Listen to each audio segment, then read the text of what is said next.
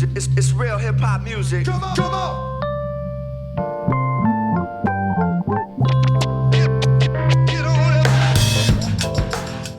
All right, 1, 2. This is Major Journalism. I'm your host, David Traum Shanks.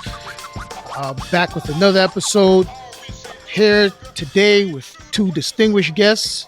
One you may be familiar with from the Guests in the House podcast. We interviewed this gentleman maybe a year or two ago. Yeah, Mr. Selwyn Jones, philanthropist now, an activist.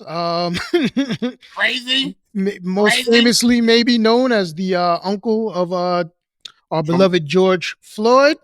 So we're going to get into some updates on that and also discuss what he's been up to in the last 12 to 18 months. He's here today with Liz Darden, who is the co-founder of Hope 929, a nonprofit organization. So we're going to get into that as well. So Liz and Uncle Selwyn, welcome to Major Journalism. Hello, young man. How are you, Mr. Shanks? I'm good, sir. I'm good, sir. I want to go on record to say I think Uncle Selwyn was coined in a Guest in the House podcast. I feel like I'm the first one on record. We was in the house, to call you Uncle Selwyn. So Uncle Selwyn, man, how's it going? What's going on? Catch us up. I'm crazy. Yes. I've literally gone cuckoo for Cuckoo Puffs. Okay. The world is still in turmoil. People still have anger, hatred, power and control issues. And we're just trying to make a difference, man. Beautiful. We're just trying to make a difference. Miss Darden is also my co-host to what, Liz? Setting it straight with Selwyn. Yes, I saw that. Yes, we partnered up with TMS Studios and Revolver Media to bring a political and inspirational podcast to help inspire and level that playing ground. There's so much division in our society, and we bring on special guests to have these conversations that we want to bring awareness to situations that occur too often because of what we believe in systemic racism. And there's so many issues surrounding that. So we just have these conversations and bring light and spread joy, really, because if individuals from different backgrounds, if we made more effort to try to understand different situations and put ourselves in other people's shoes, we feel that this world would be a lot better off. We have our work cut out. Thank God for people like yourself for giving us the opportunity to see our face, man, because if we're not heard, we can't accomplish anything, and you have to start. Yeah. There's always got to be a start before there's a finish. And there's a lot of people that hasn't started believing that we're equal. Mm. And that's what I try to do. We're all equal. Look, you can pinch me and it hurts. If I don't eat, I'm hungry. There's a lot of people in this world that are hungry for equality because they've been stuck per se in the back of the bus. Mm-hmm. And it's still that way today, man. And I hate it. I hate it. We see so many things that you just want to shake your head at. But if you shake your head, nothing gets done. So I want to shake my head. Let's get it. Let's get it, boy. Just like we're going to go eat lunch, which is coming up pretty soon. Let's get it. Let's get it. And I love the cover art on the podcast as well. You look like James Bond. I am Black Bond.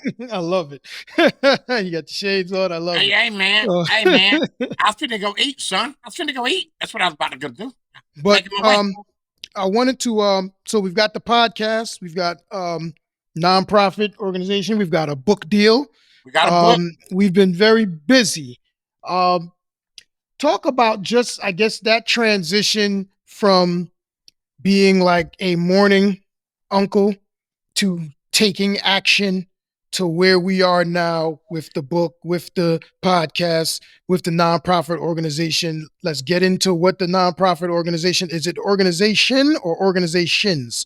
Because it sounded like Liz said plural. So there are multiple organizations you're involved with. We've got Soulful Heart, and we have Hope 929. And I've just been trying to keep moving, man. You know, I don't know the word quit. And my thought process is to do everything humanly possible to put me in a position for people to see this ugly face, for me to be able to be effective in this world. The book, it's not about Selwyn. Some parts is about me, but it's basically about change. Because, as you said, that morning uncle, well, actually, I never mourned. You know, that's the reason why I'm able to communicate with people that are in similar situations. Grief to me means I need to get to work. A lot of people's families that, I know we're involved with a group, and you got women that have been going through this for 10 to 12 years, and they're still angry, mad. I was angry and mad for about a day. And then, okay, man, what can we do to have our nephews back? But it wasn't just my nephews back. It was all people that looked like us, Shanks. Oh, wait. It was all people that looked like Liz. I believe in Black Lives Matter, but I believe in all lives matter, man. Because we all come here for a short period of time. Why can't we? I want to make the world a better place when I leave than before I got here. So, man, it's hard. I talk to people all the time, and that process of losing a family member, and the way that people subject the family to torment, that talk crap about the family. The granddaddy that ran off the road, that got a speeding ticket 100 years ago, was the reason why police brutality happened, and that's sad. So, man, it's I got I don't I don't take it I don't take it hard. I don't take anything difficult. All I know is I'm that person. I would say, how can I say this? Most people tell me they're sorry. A lot of people say I'm sorry about your nephew. I don't take it as I'm sorry. I take it as I was the person that number was called to go to work. So I use this as fuel to go. Right. You know? Right. So, Right. man, it's hard. I And admire that about you, Uncle Selwyn, because there's so many people going through similar situations, grieving, and just want to close themselves off. And we all have our own way of handling grief. But you took this opportunity to help others. People reach out to Uncle Selwyn daily because there is a lack of tools and support for people overcoming their family members being murdered by police brutality or gun violence, or also people reaching out that have been homeless and or transitioning out of incarceration, and that's what inspired Hope 929 to come about. It started as an empowerment group. We would meet, every couple of weeks, and just all across the country have individuals tell their stories and say, how can we help you? How can we, shed light to your situation? Because unfortunately, our society, if there's not enough awareness that is brought to the injustices, then nothing's going to be done. Prime example, George Floyd, Daniela Frazier. If she wasn't there to record his murder, would this movement have expanded to where it's at today? No. Right. So the Right. more awareness that we bring, the more conversations that we're open to having. That moment was so pivotal because businesses, cities, people from around the world just took their stance and started to understand, systemic racism has a huge impact, has a huge effect on people all over the world. And it's time to start realizing that. And it's time to start changing and making a more, like I said, level playing field for everybody to have equal opportunities and move forward in life. isn't it sad that we, as people, people of color, people in general, have to go through the same torment that our ancestors went through? Think about that, man. You know, uh, Brittany Grandma got released from prison, Yeah. Yeah. Yeah. Welcome and home. we debated on that on our show a couple times.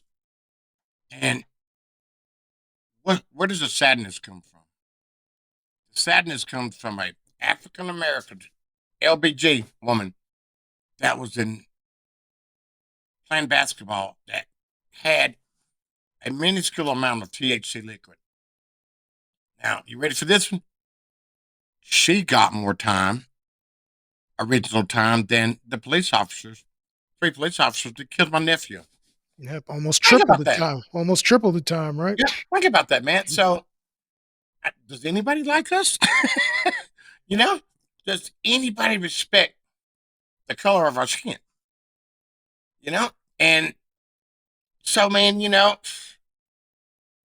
I don't preach for a black person.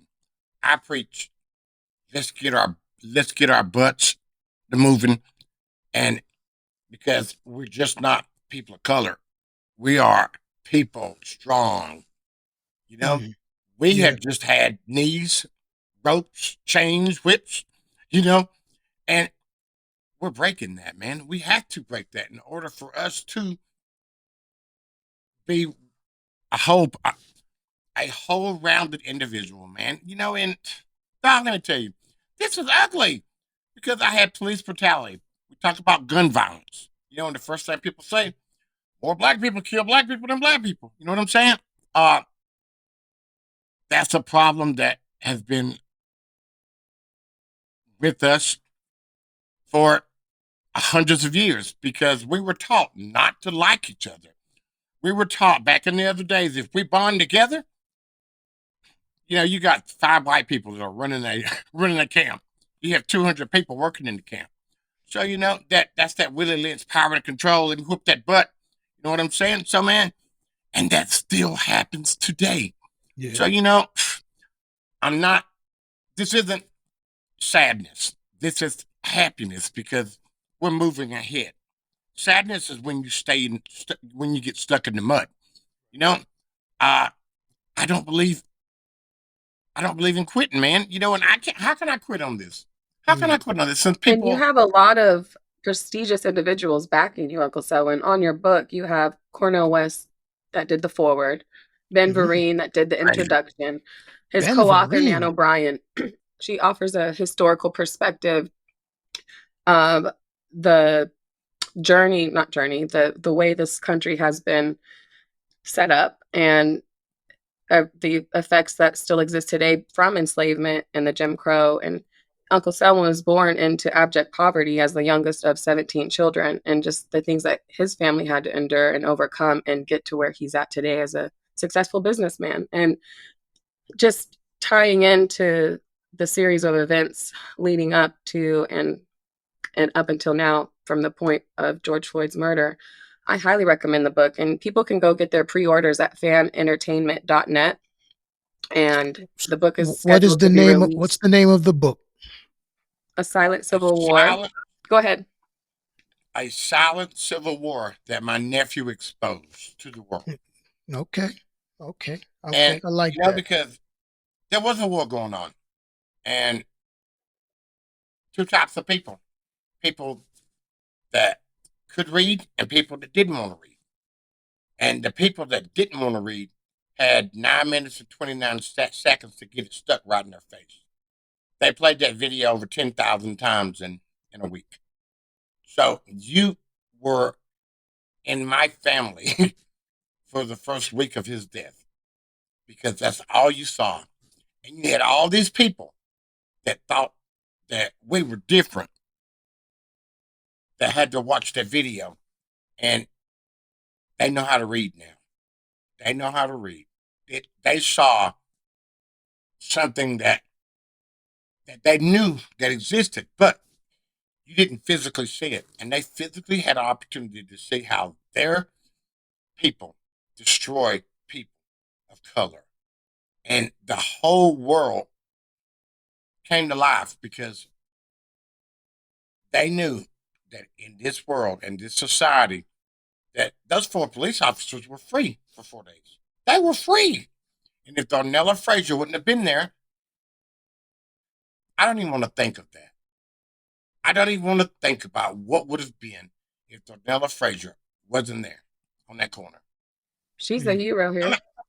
Huh? Yep, she's a hero. Yep. Absolutely. Now I want to because I want to catch up with how the family's doing, but hold that for a second. I Okay. want to kind of rewind back and I want to ask Liz about her kind of entry into this work, how you met Selwyn, and just give me a little background on, kind of your your inspiration and what got you to move in this direction and get into Absolutely. advocacy and activism yourself. Absolutely. Well, going back to my early childhood, I was born and raised in Anchorage, Alaska, a very diverse community, attended the most diverse high school in the country, and eventually moved 11 years ago to Harrison, Arkansas, that has a horrible reputation of being the most racist in the nation. Originally, I had a fear to move here because I'm raising culturally mixed children myself. The head of the KKK is about 10 miles from my house, and that instilled a fear in me. But instead of living in fear, I chose to get involved with the community, become an educator, join the task force on race relations, got appointed to co-chair, and just started coordinating events to bring unity in the community. We partnered up with the Martin Luther King Jr. Commission, and that was about a year ago in November. And they had Uncle Selwyn as a special guest.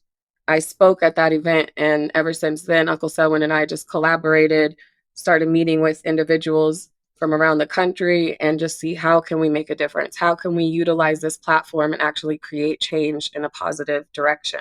So that's where we're at, and that's how we co-founded Hope 929, where we want to help individuals who have been historically marginalized, whether they are overcoming incarceration, homelessness, drug addiction, um, overcoming police brutality, and just help them, give them tools. We're in the process of partnering up with organizations that will help public safety. It'll help police force. It'll help connect individuals to feel more safe no matter what circumstance they're in, because they have an app that can notify individuals of where their whereabouts is, and it'll also connect them to the general attorney to let them know, like, hey, this happened here. Actually document that.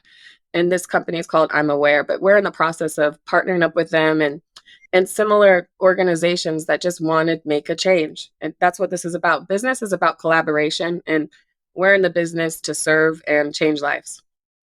Beautiful, beautiful, beautiful. And so, Uncle Selwyn, how is the your family doing in these last 2 years? They're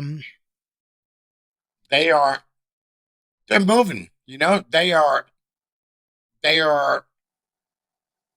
going through the process. That's what I say. They go through the process, and people have different ways of feeling. Some people are, well, obviously extroverts and introverts. I am the only one right now that got my feet on the ground, getting it. My sister obviously runs the foundation in Minneapolis. Uh, Mourning to me is, let's make a difference. So I am in this to win this, per se. What are your thoughts? What are your thoughts? And speaking for yourself, I don't want you to speak for the entire family, but speaking for yourself, what are your thoughts on naysayers in the last 2 years and recently Kanye, the Candace Owens of the Yay. world, the Man, don't So Kanyes is of this the world. thinking about that? oh, boy, you see me set up? You see me set up? You ready? Don't you, man. The documentary that she has, The Greatest Lie Ever Sold or Ever Told, George Floyd and the Rise of the BLM. It's unfortunate that she's putting, okay, I get the organization aspect. I haven't watched the film yet, but it's unfortunate that you are like debunking a whole movement that is so necessary, especially as a person of color, to come out and say such about her own people, and especially George Floyd. The comments that she made about George Money, Floyd, it's just money, uncalled for, because he's a person money, who mattered, no matter if he had whatever substance inside of him, his voice money, mattered. He was, money. go ahead. Money? No, keep going. I'm just being. I'm being your He's background. ad libbing. Yeah, he's Yeah, ad I'm adding. libbing. I'm This putting a is hook in there. personal to Money, you Yeah. more so, and I think the people would like to hear from you on money. what about money, Uncle Selwyn? I was putting a hook in there. Money, money. When you were talking money, I was trying to make the song going. It is about them dead presidents.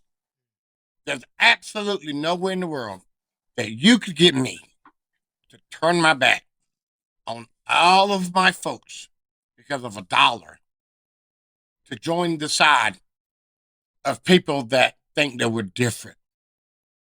You know, God bless her soul. I hope she has a very Merry Christmas and a very Happy New Year. That's what I say about Miss Candace Owens. My job isn't to talk crap about people and to talk crap about people. My job is to help people, and people that don't believe, hey man, I tell them all the time, if you don't want to hear what Uncle Selwyn got to say, and I got a lot to say, buddy, uh, don't listen. I don't want to force anything on anybody. But if people want to hear a true story by a true person, you listen to me. If not, that's okay. Because everybody's not going to believe. If everybody believed in the same thing, this would be sad. You know what I'm saying? But this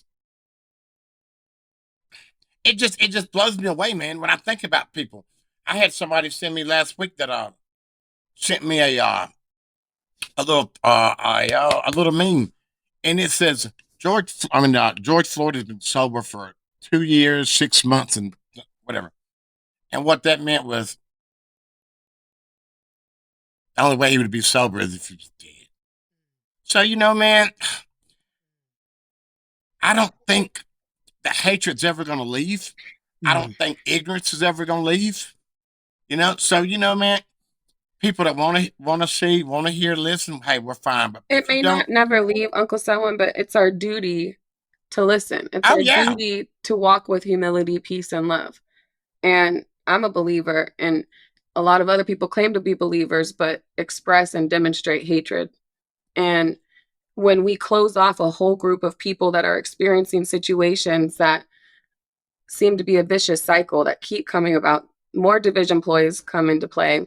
Even with the Brittany Griner, for instance, people are mad because they traded Brittany Griner instead of the veteran. I think it was Waylon is his last name, who was accused of being a spy. But there's a whole debate in that. And instead of just being excited for someone that found justice, we're finding more reasons to just continue this division instead of coming together. If we could just try to understand other people's experiences, this world will be a much better place instead of just moving forward with our own opinions and our own experiences and not looking beyond ourselves. you know what opinions are like. Everyone Everybody has got one. one. Oh, And most of the time, people should just keep it within. well, the thing is, I think even beyond that now, everyone has a platform. So Everybody has a platform, opinions man. and platforms are now. So before you had an opinion, you had no outlet to express it. And now anyone can crack this mic, anyone can turn this phone on. And so what we have are a lot of people who are just, contrarians. They just go the opposite way of the tide just for the sake of going the opposite way of Just the for the heck tide. of it. And I it's guess crazy. I guess more so just as someone who's or as individuals, both of you have transitioned into dedicating your life to this fight for unity and equality. How, you know, do you get discouraged? Do you, knowing that there's always going to be a segment of people that no matter what you say, no matter what you bring, no matter what your efforts are, these folks are going to believe what they believe. Some of these people who believe the theories and the fentanyl and all of this, they were going to believe something either way. They were going to find a reason why the movement shouldn't be the movement, or we shouldn't be thinking about this, or the police did nothing wrong. There was nothing we can say or do that's going to make them think opposite. Do you feel like fighting against that current? Do you ever get discouraged? I want to know How can you be? I'm not calling any names. How can you be a $1 billion rapper? When did you get your medical degree in between rapping and chasing Kim? And and it's amazing that people want to put themselves in the light, and sometimes it don't matter if you're in the light. You know, uh, I would never want to receive any gifts from downing a death of anyone, especially a movement like we have, man. This is this is in it to win it stuff. You know, I'm going to die, and I'm probably going to die earlier than I was supposed to because I put my foot in the fire. And I sat there and I watched my nephew's brutal torture murder. And from that day, that's how we got involved. I have been straight ahead, because without dreams, nothing happens. And I didn't dream this. This was a nightmare. And same principle, man. You see it, okay, you focus, okay, this is what our plan is. I can lead a horse to water. I can't make it drink. Those that don't want to drink, hey man, I got another place for you. I could tell you to go, but I'm politically correct now, and I don't use those type of words anymore. I'm a Christian. Hallelujah. Hallelujah. All I know is this: there's a lot of people in this world that need Jesus. Sister Darden, man, let me tell you, I gotta tell you Yes. how I met Crazy. Okay, I gotta tell you how I met Crazy. I went down to Harrison, Arkansas. Now they have towns. It's supposed to be the most racist town in the world.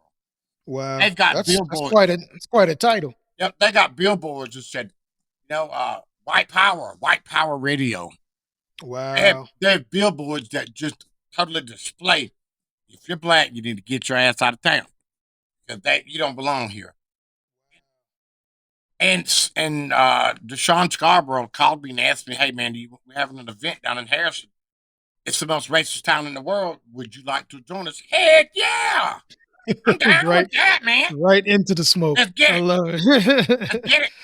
Yeah. And I go and I see this Caucasian young lady walking, and she has 3 babies behind her. Most of the times when you see a Caucasian young lady with biracial babies, it seems like they're on the outskirts, especially in small towns, because obviously this didn't happen there. So they had Right. to come home, humiliation, Right. and this Right. girl walk around with her head up, and I'm thinking, man, okay. And I'm standing I'm on the podium, and they gave her an award. And Shanks, she started talking. And Mm. when she accepted her award, and when she said, "Thank you very much," nice and meager. And then she's like, "Hold on, give me the microphone."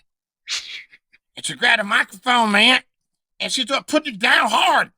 Mm. But basically what she was saying was, my babies, they're mine. Ain't nobody gonna mess with mine. Right. And if you mess with mine, we got issues. So she literally put herself in the ring of fire for her babies. Yeah. Well, those mama bear instincts kick in. They the most And I powerful. loved it. I got Yeah. goosebumps on my arms. And that she said that, Shanks, you know what she did? She dropped the mic, walked off Mm. stage. I was it was like that 720 dunk. You know what I'm Mm. saying? And I was like, my arms got goosebumps on them. I couldn't even pick my arms out. When she walked by me, I was like, and that's how that came, man, because that power and that passion, you Right. know, of a person of a small stature, with big dreams, big mindset, Mm. uh, that just sort of kind of gravitated to me. Hey, man, listen, we got to hook up. We got to do something, That's to what make we a need. difference in this world. That's So, what we and that's need. how we've been rocking, man. I got to get this correctly. There's 10% of the people that have beautiful tans like us. There's 72% of the people. And basically what I'm saying is there's a sister, there's a wife, there's a niece, there's a cousin, there's somebody sort of kind of might resemble Liz. Well, when that situation happens, I am about black power, but I'm also about all power. Right. So how many people could I reach versus how many people could she reach? So I'm just trying to kill two birds with one stone, man, because I want everybody to come in our house, baby. I want everybody to be in the house. Because if you're not inside, you're outside. People, we don't need to be looking in anymore. We need to be in the house. And there's a Understand. lot of people, man, that they want to come, but they don't. I really wish we had more people that cared, man. I think a lot of people care. I think a lot of people have been kind of beat into submission, so to speak. A lot of people don't think their voice or their actions can cause any real change. And so, you know, folks like you and Liz and what you're doing, the inspiration that gives to people to know that you don't have to be, LeBron James or a multi-billionaire to have a voice. You can just decide that you want to do something and you can just go into action. You can take something that could be labeled as a tragedy, a personal tragedy, and you can have that galvanize you to, act. And I think that that's important, and that's what we're doing here, um, individually and collectively. I think we have to understand that collectively we're stronger. So, sometimes, man, you have to put them on the front porch. You have to make them, yeah, you have to make them look in, and you have to educate, motivate, and sometimes you might use that little irritate situation, Yeah, and you always got to have that conversation, because without conversation, without talk, there's no results, and that's pretty much my basic thought process. We all got to talk because how does things change? By communication. Because most people believe change comes with what? Change. Violence. yeah, That's how change comes. yeah. I And mean, historically, yeah, historically, and most of the people, how much blood has been spilled off our back? too much. Too much. How much blood has been spilled off their back? Not much. In this country, no. Not much. So pretty much when people always talk about uh, the the national anthem. Uh, I love America. I love my people. The reality is, when that was made, our ancestors were slaves, Very much so. but that wasn't built for us. That wasn't made for us. No, Politics wasn't made for us. no. You know This what this was made? country wasn't made for us. This country wasn't made for us. Right. You know, and I don't. And some people say, "Well, if you don't like it, leave." I can't. I got kidnapped. My ancestors got kidnapped. Yeah. So I'm stuck here. I'm not going to say any horrific things about this beautiful place that I live because I like where I'm at. But it isn't the place; it's the people. And there's so many people that have so much hatred in their heart. I don't know if it's envious, jealousy, or what. Prime example, you know where I live at. I still live here. That's amazing. And since I've I seen you, mean, I've been run up. I had my house run up in. I don't know about mm, 2 times. We had a string of robberies in town. mm, We had a string of robberies, and right okay. behind my motel there's a store. There's a Napa, and that was one of the robberies. And Wow. they came and got our video, and I can't get gas or any commodities in town. And I was driving that devil, and she gave out of gas, and my wife was following me. Now, at the same time, there was some people robbing the store. So I gave them my video to see if they can, get any evidence of who it was. And this was on a Monday.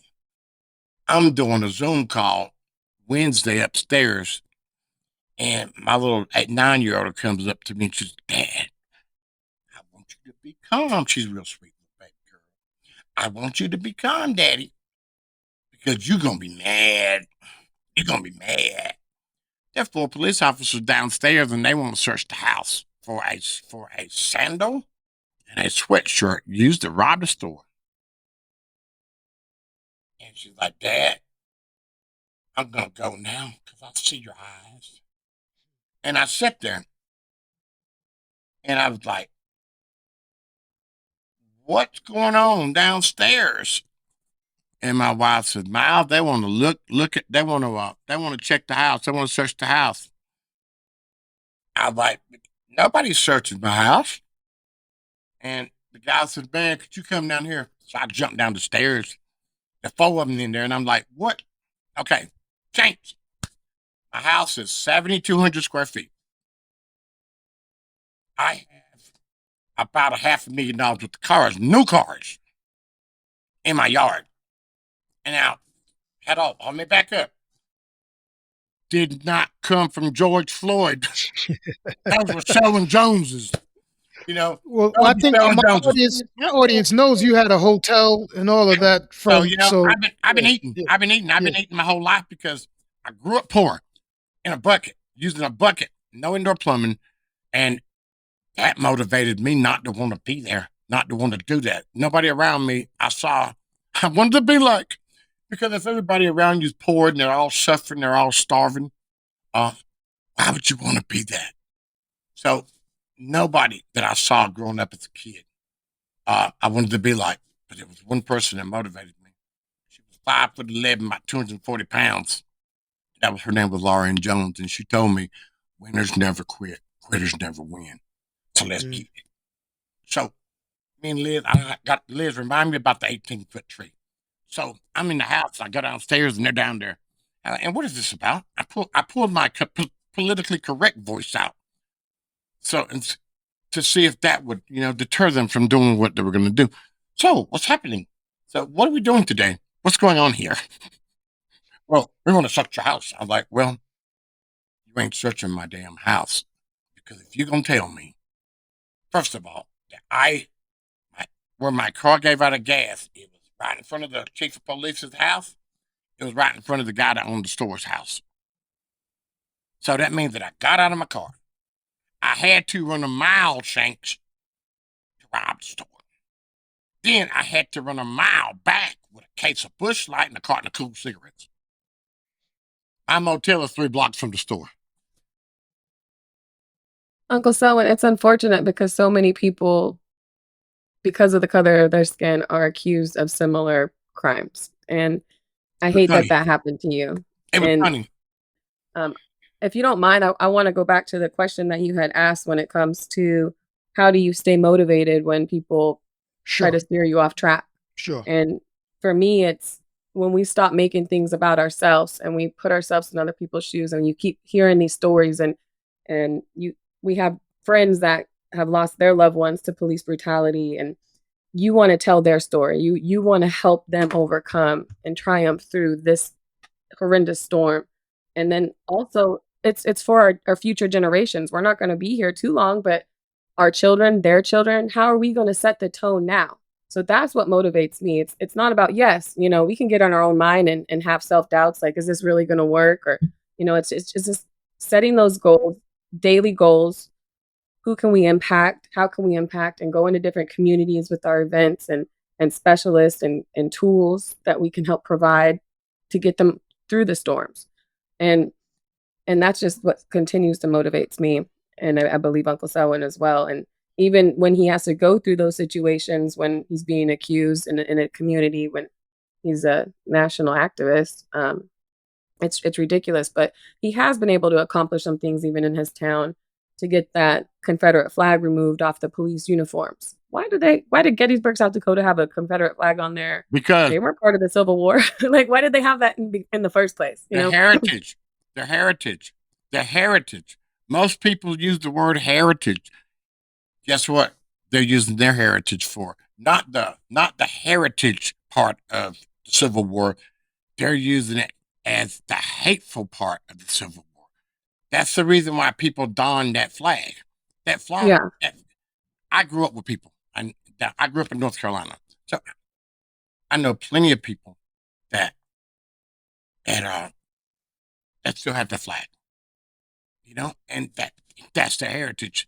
But the people that don the flag where I'm at, they're using that hate heritage that goes with the flag. That's the connection. That's the connection. You know what I'm And saying? it's intimidation as well.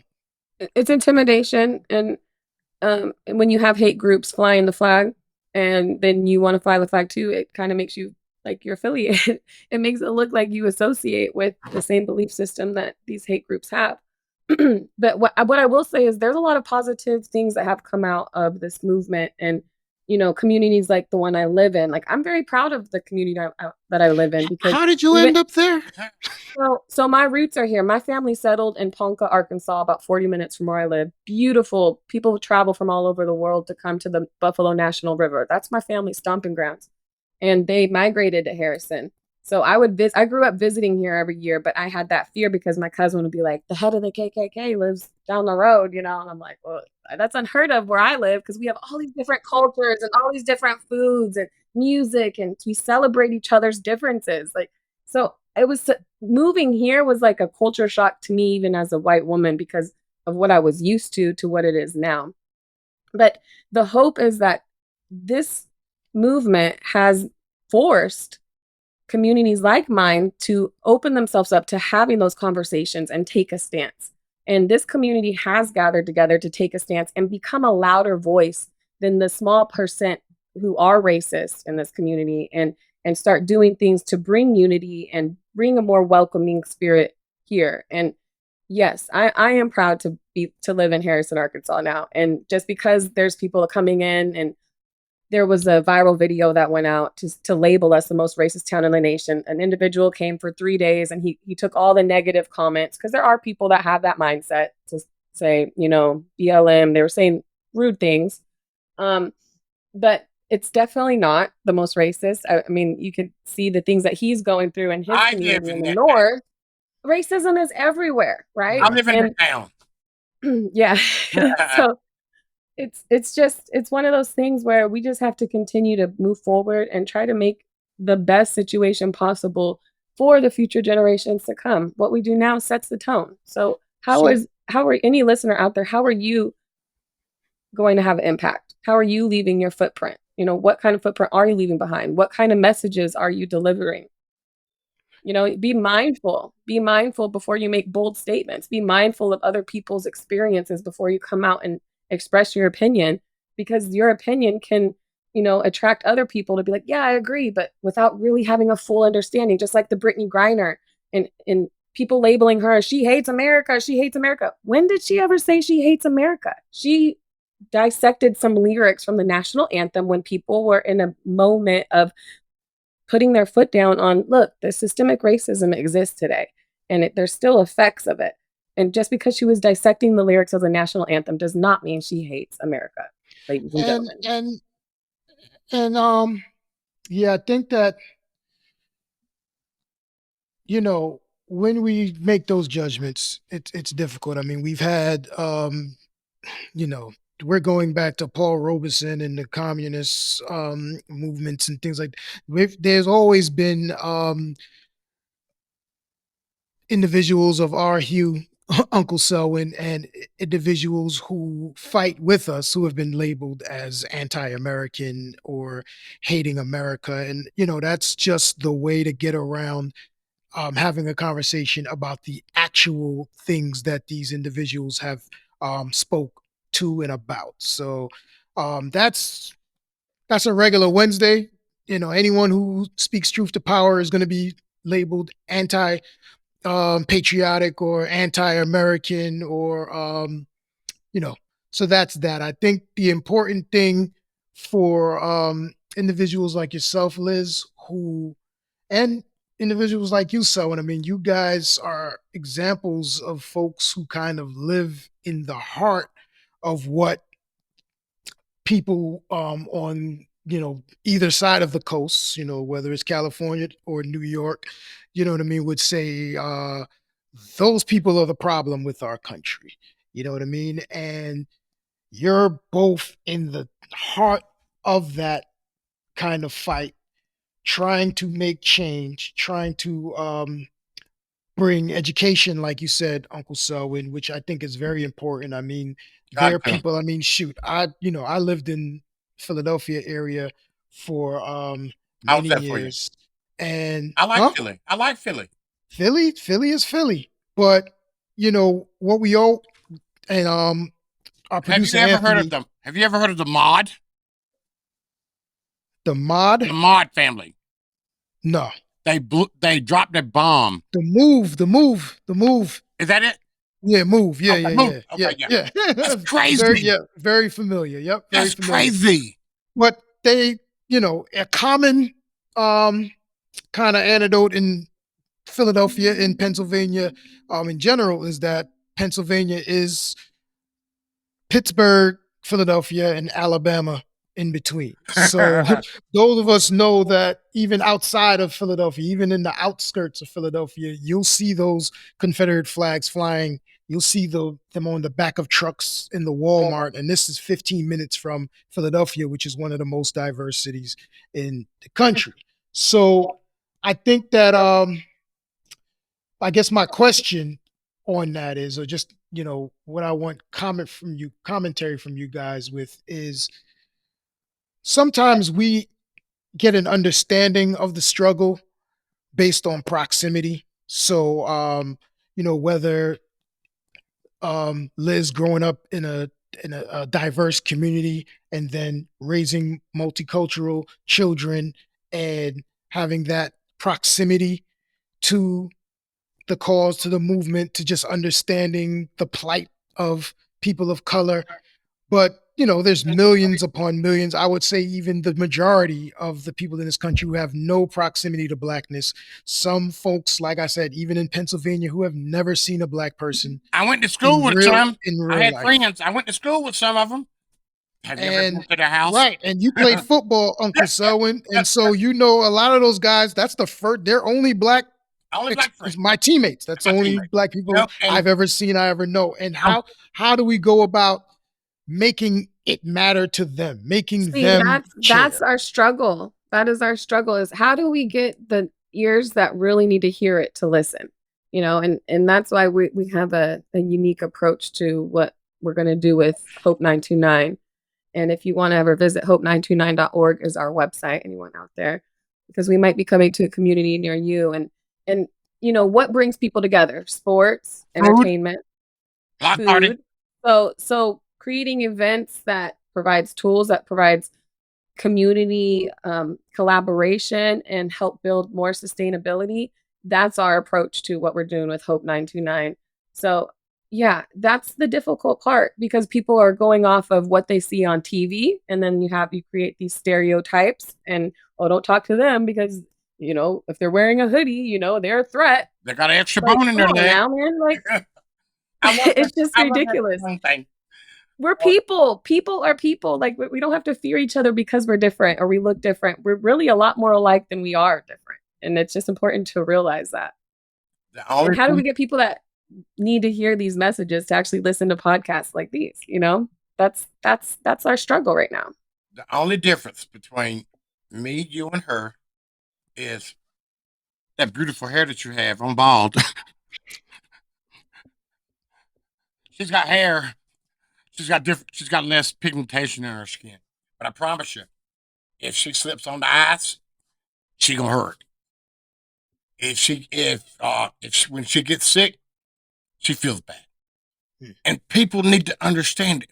We're all the same. We have all the same makeup. Racism is a taught DNA. Somebody's think about this. How would it be for me to sit down and tell my little babies, listen here, anybody that skin's lighter than ours, we don't like. If you see them at school, you look at them, you pick at them.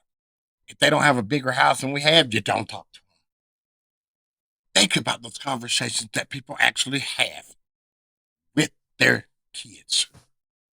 What if We we have to shifted that come. conversation to, you know, don't be the smartest person in the room. Surround yourself by intellectual people, you know? Those kinds of messages would be a lot more effective than trying to differentiate people based on their skin color. I don't know. That's just my perspective. Think about Because how crazy that is, man. For you to look at somebody, and because they're tall, they're short, they might be a little heavy, might be a little husky, or your hair, or your facial hair. Think about how judgmental people are by appearances. socioeconomic class, the smartest person in the room could be a homeless person under a bridge. Yeah. You don't know what his walk was in life. Yeah. Like if you're basing it based on appearance, you're missing out on a lot. Everybody A has a lot. story. Everybody has a So story, brother. And you know so we, we uh, the platform you're both on right now, major journalism, the sponsorship, the platform, the production behind that is the people versus the anti-people. I'm wearing the shirt, and hey, double X, double X.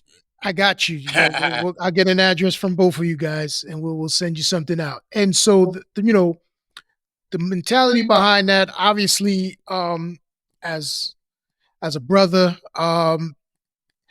one who has read, who has done some studying, my fight and my purpose is, centered in our freedom. And Are we ever going to be free? well, that's a good question, but I think the people of themselves, and I get asked that question all the time. And wrapping up, I wanted to get your thoughts on that as well, because what you've both exemplified in this conversation and just in your work is the work of the people. And Uncle Selwyn, you said earlier in the conversation just that you know I'm black first, but I'm here for all people. I'm here for and I look at it as more of a mentality. I think that the I mentality of the people are those individuals, those entities, those groups, those organizations who understand that we're all one and that we're think about this. fighting and moving towards us all being one. And I think once we distinguish that, then it's obvious who the anti people are, or what the anti people is. What are the organizations? What are the mentalities? What are the individuals who exhibit anti people behavior, who are against us being together, who are against us being as one? I Hatred, guess. hatred, jealousy, envy is a powerful emotion, my man. It's a powerful emotion. And I had a, it's all fear based, mhm, really. I had a situation. Oh God, about a month and a half ago, and I'm sitting here, and one of my friends called me from North Carolina, and she's like, "Uncle Selwyn, I'm gonna send you something. Look at it." And it was the fourth recruit in the United States, cornerback that lived outside of Burlington, North Carolina, and he had a 14-year-old girlfriend. He was a senior, she was a sophomore. Should have had his butt whooped. And they went missing. And her little 17-year-old boyfriend followed them. They snuck out, they went in the woods, and the little 17-year-old kid followed them. This was Friday. Sunday they found him. They questioned the boy, and they did not arrest him because he was under the age of 18. And he killed two people. Mm. And they didn't arrest him. He's not arrested yet. So I reckon in my mind, there's nothing you can do that if you don't care, you don't care. And those aren't the people that we want to communicate with and talk to. If you want to hear me, I want you to hear me. If you Mm. don't want to hear me, if you think, hey, I need to go to Africa, hey, guess what? I'm not going. It's 126 degrees in the shade over there.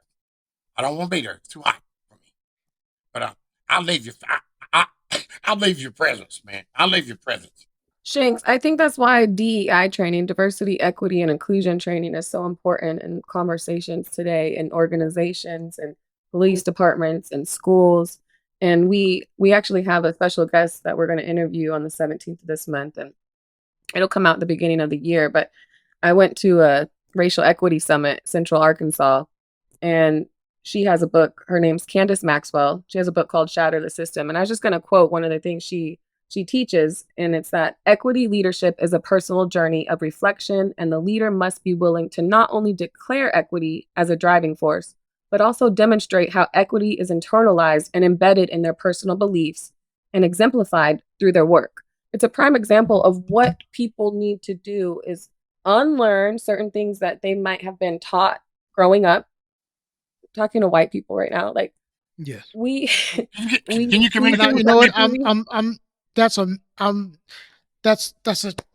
for you, Liz, because yeah, you know, we've had that conversation a lot on a guest in the house podcast with my buddy Mickey Hess, and just the role of the white ally, and just understanding that just what you said. This is a conversation that in the mainstream should be having with the mainstream, and people like you who get it and are fighting against that mentality and against that current.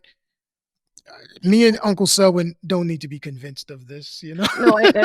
I get that, It's and the majority of our population aren't aware of the fight and the struggle that you guys experience, and people like me, I feel like could help promote that, you know, help be a voice and help pull people along. Like, hey, let's be open to this. Some people aren't even aware of the things that they're saying are racist and are offensive. And especially to those who've been oppressed. If you're flaunting that Confederate flag, it's offensive, especially to those who've been oppressed. And right. What they don't understand mindfulness. is what they don't understand is it's us today, it's them tomorrow. It's because at the end of the day, like Uncle Selwyn alluded to when we had the conversation about Candace Owens, this is a money thing. It's always going to be a money and power thing. And the minute Always. that the you know, Confederate flag waving, whatever. I mean, well, What do you think about there's a January power- 6th? there's a power structure that is in power and maintains its power that needs hatred and ignorance to continue. And the minute that some of these people who don't have a pot to piss in or a window to throw it out of realize that the trick's been played on them the whole time, and they let go of just the, well, at least I'm not black, and realize like, hey, you know what? They treat me like one.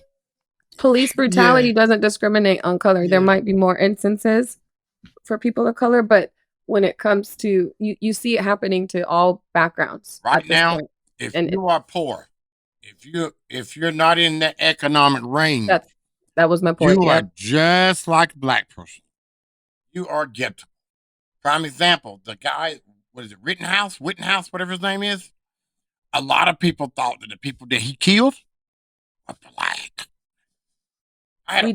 What we need, I think, to help fix that is qualified professionals. There needs to be more training. It's not necessarily, I don't know what your opinion is about defunding. I don't think we need to necessarily defund. I just think we need to hold officers accountable for their actions. We need more training and hire actual highly qualified.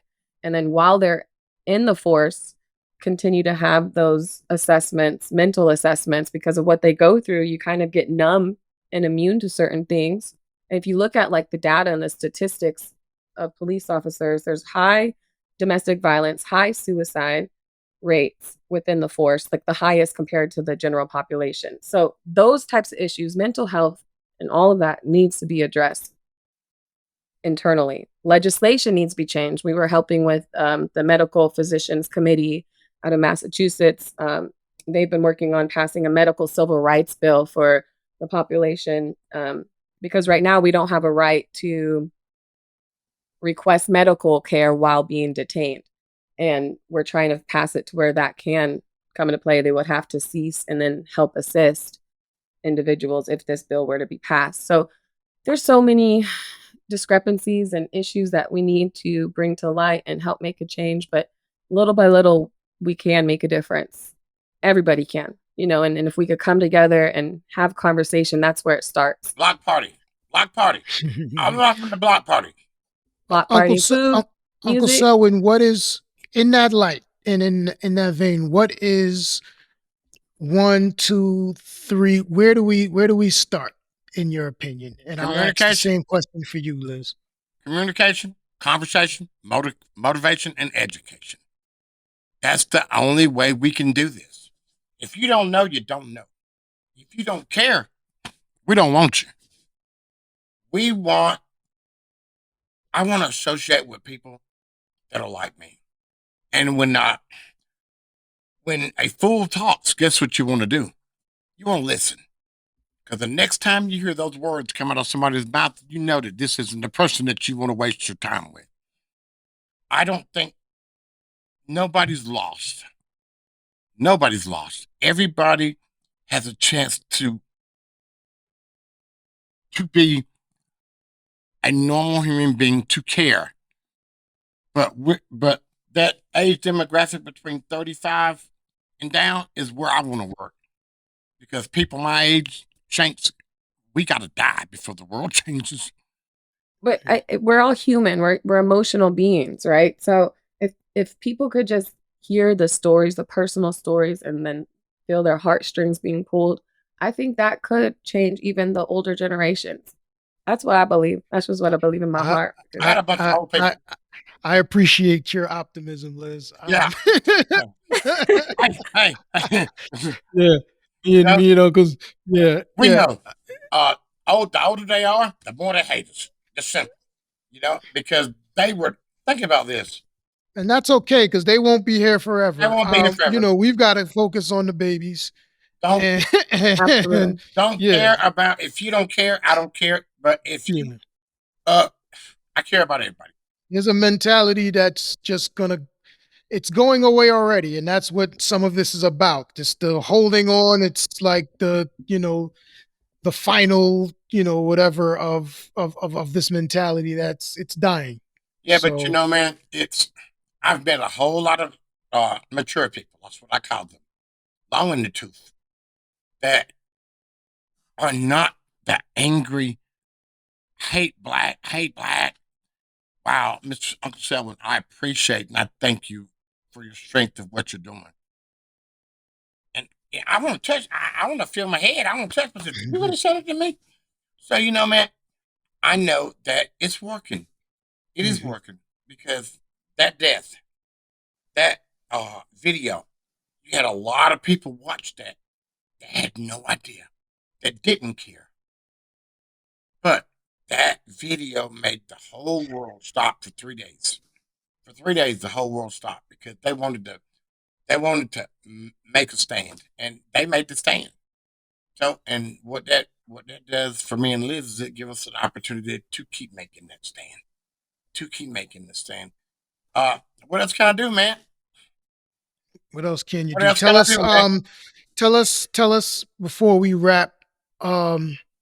Again, tell us about the book. Tell us about the podcast. Tell us about the nonprofit, and any words of encouragement, because we want to always end with some encouragement. Especially sometimes we go into the doom and gloom of it, but we want to end with some encouragement. So tell us everything you got going on and give us some encouragement. I'm not going to sing a song yet, but I will. Setting It Straight with Selwyn podcast. You got to check that out, because you got me and my co-host Liz. We're telling some good stuff. We're educating, motivation. We are talking to some irritation. You said irritation. Dog, I got like 5 or 6 different variations. But we got a lot of enthusiastic people that are making a difference. I want people to be equal. I want people to know that we only come here for a short amount of time. Why don't we live a good life and live a respectable life? Because as the great James Brown said, woo, got to do right by yourself. And hatred or hating someone because of their skin, what they have, what they don't have, that ain't being right by yourself. That's being cruel to yourself. That's being in a gate. That's being in a cage, locking yourself in. But on February 20th, it will be here. Silent Civil War that my nephew exposed. Autographed copies, fan entertainment. Check this, so I just got it going on. Liz, help me out because I got that short-term memory. I'm like, Like you said, podcast, Revolver Media platform. It's on all major podcasts, Spotify, Apple, whatever your preference is. Setting It Straight with Selwyn. If you want to pre-order his book for an autographed copy before February, fanentertainment.net, you can purchase his book. Highly recommend. All backgrounds will enjoy the historical perspective, no matter what your stance is on these issues. Hope929.org is our nonprofit organization, and we have some events that we are in the works of planning. Yes, please tune into our podcast. We have some profound guests that have amazing stories and knowledge, and join the conversation with us. And you can watch me and Liz butt heads all the time because well, not necessarily. Well, somebody's got to put you in your place, Uncle Selwyn, and your wife does a tremendous job. Sometimes I think we need to get Miss Joey Jones on the podcast sometime to help us out. But no, in all seriousness, just for people listening out there, you have a place, a purpose, and a power to make a difference, and it's important to identify what your purpose is here on life. It's a miracle that you're here to begin with, and just being more aware and mindful of every step that you take and what you're leaving behind is what I preach to my children and my students. I'm an educator. I teach second grade, and helping them realize that, the one thing you get to leave behind is your impact. And this is a holiday season where I know a lot of people might be going through some mental health struggles because of the added stresses, and just pulling yourself out of that funk by realizing what your purpose is. And, maybe it might bring you joy to help others, whether it's giving or just lending a hand and having conversations, and make sure you're reaching out and talking to people because you're never alone. Doing something.